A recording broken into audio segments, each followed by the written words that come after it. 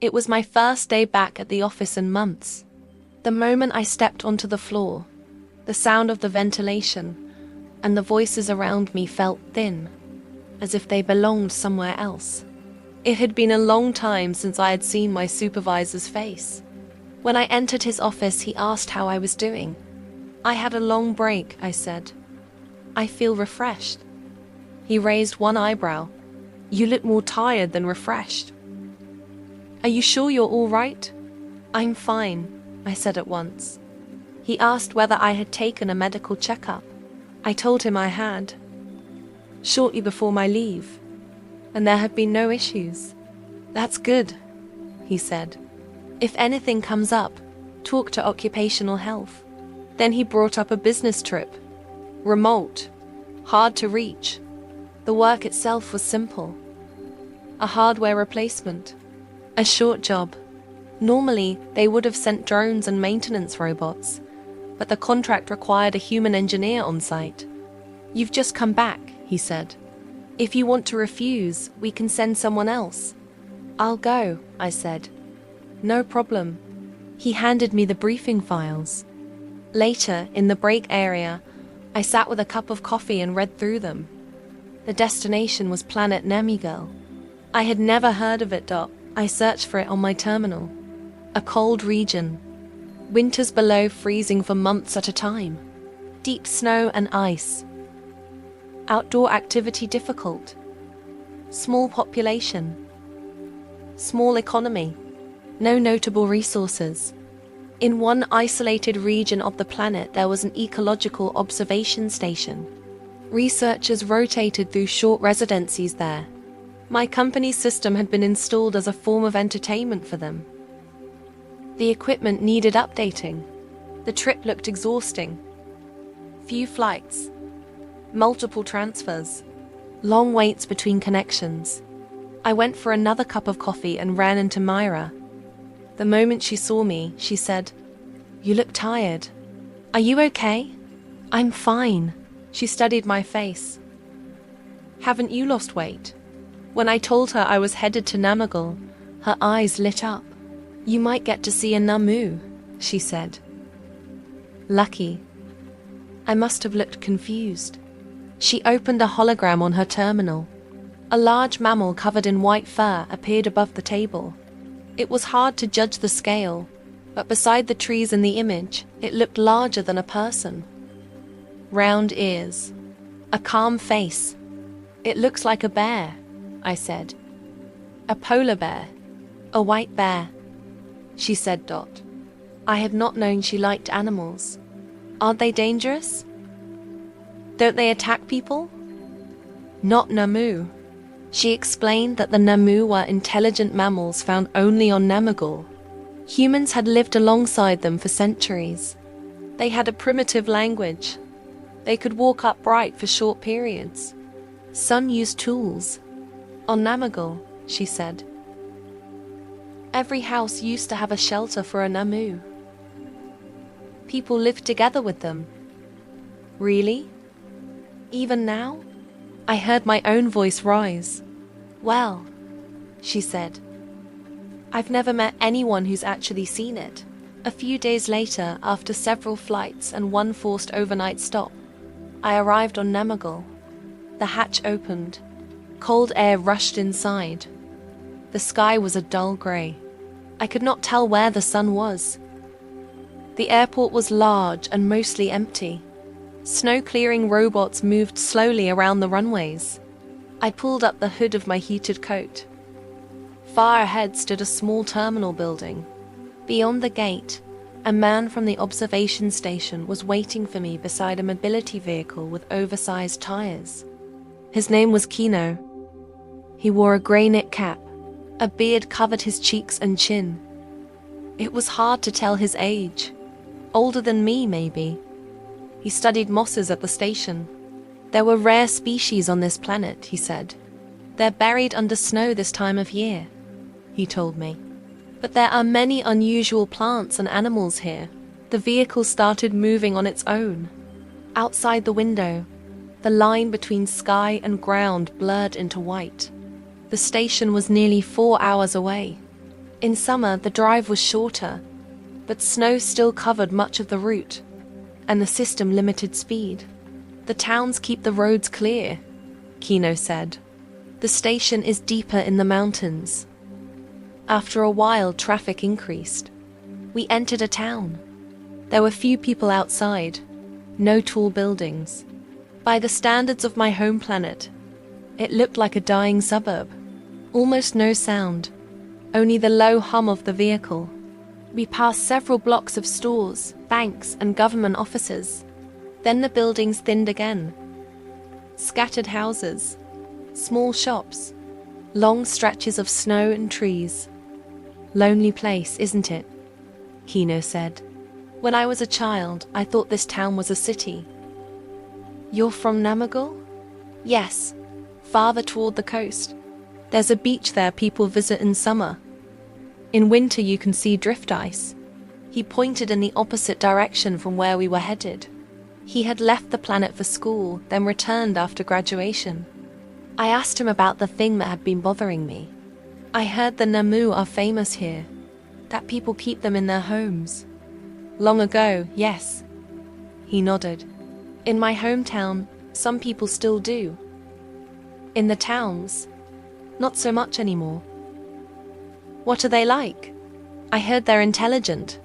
Yes, though keeping them isn't really the right word. Living together is closer. This planet, he said, had industrialized late. Reliable heating, snow clearing systems, autonomous transport. Those things were recent. Before that, winters had been much harsher. People depended on the Namu to survive, for warmth, for movement through the snow. In return, humans shared preserved food during the long winters. When I was a boy, Kino said, I rode a Namu to school once the snow started falling. Sometimes, on cold nights, he slept beside one for warmth. My grandmother told me that when she was young, families would bring home a Namu cub when a child was born. They were raised together. She had one her own age. He smiled faintly. She said they always split their snacks in half. It sounded like something from a folk tale. Even the idea of a grandmother felt strange to me. I must have had one somewhere, but I had never met her. I had never thought of her as someone connected to my life. For Kino, it seemed different. Can people communicate with them? I asked. I heard they have language. Yes. Research has gone quite far. There are translation devices now. We can understand part of what they say, but we still can't speak back.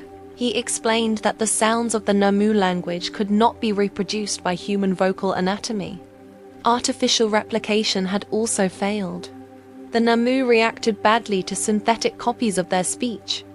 In the past, he said, there were a few people who could actually converse with them.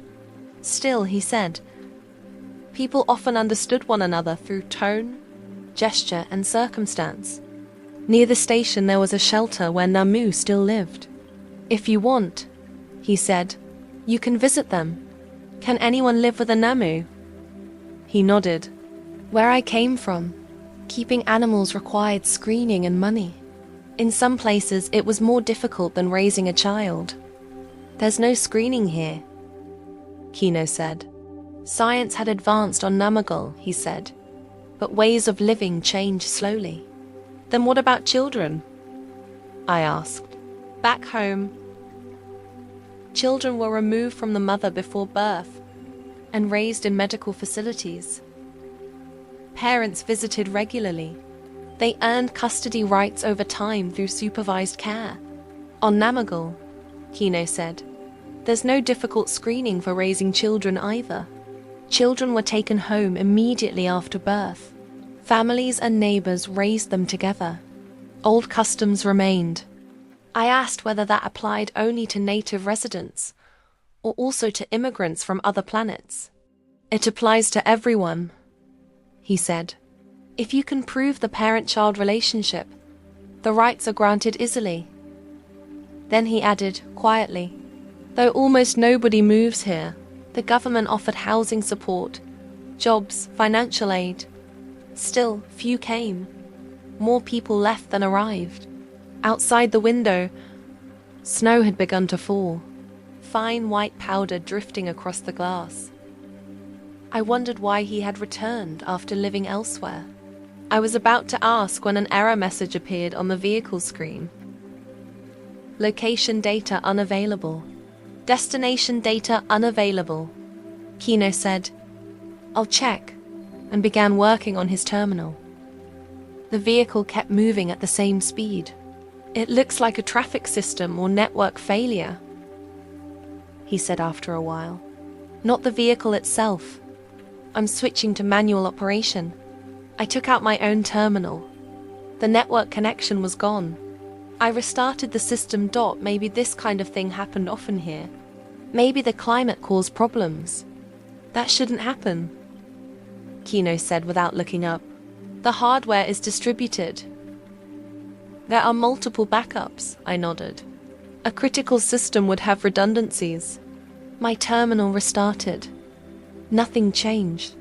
The connection did not return. Then the vehicle came to a stop. Kin kept working for a while longer. Finally, he shook his head. "I can't switch to manual control. I'm not completely certain, but it looks like the traffic system across the entire region is down. The vehicle itself is being restricted because of it." He paused. "This almost never happens." Outside there was nothing but snow and tall trees. No buildings, no lights. We were far from any settlement. At least the vehicle still had heat and power. "The battery will last another 5 hours, Kino said. "We can wait here. There's a good chance the system comes back online. But there's no guarantee." He stared out into the snow. In another hour, the sun would begin to set. At night, the temperature dropped close to -20. If the system isn't restored before sunset, staying here could become dangerous. He opened a map on his terminal. Without network access, it showed only static image data. "We passed this point earlier," he said. "We haven't reached this junction yet, so we should be somewhere around here." He pointed to a place on the map, then to a red marker nearby. "There's a shelter here, maybe 20 or 30 minutes on foot. There should be emergency food and analog communication equipment." I looked outside again. The snow was heavier now. I did not want to walk through it, not even with heated gear. There were no landmarks, no live positioning data, no guarantee we would find the shelter. Still, he had lived on this planet his whole life. I decided to trust him. We packed only what we needed and stepped out into the snow.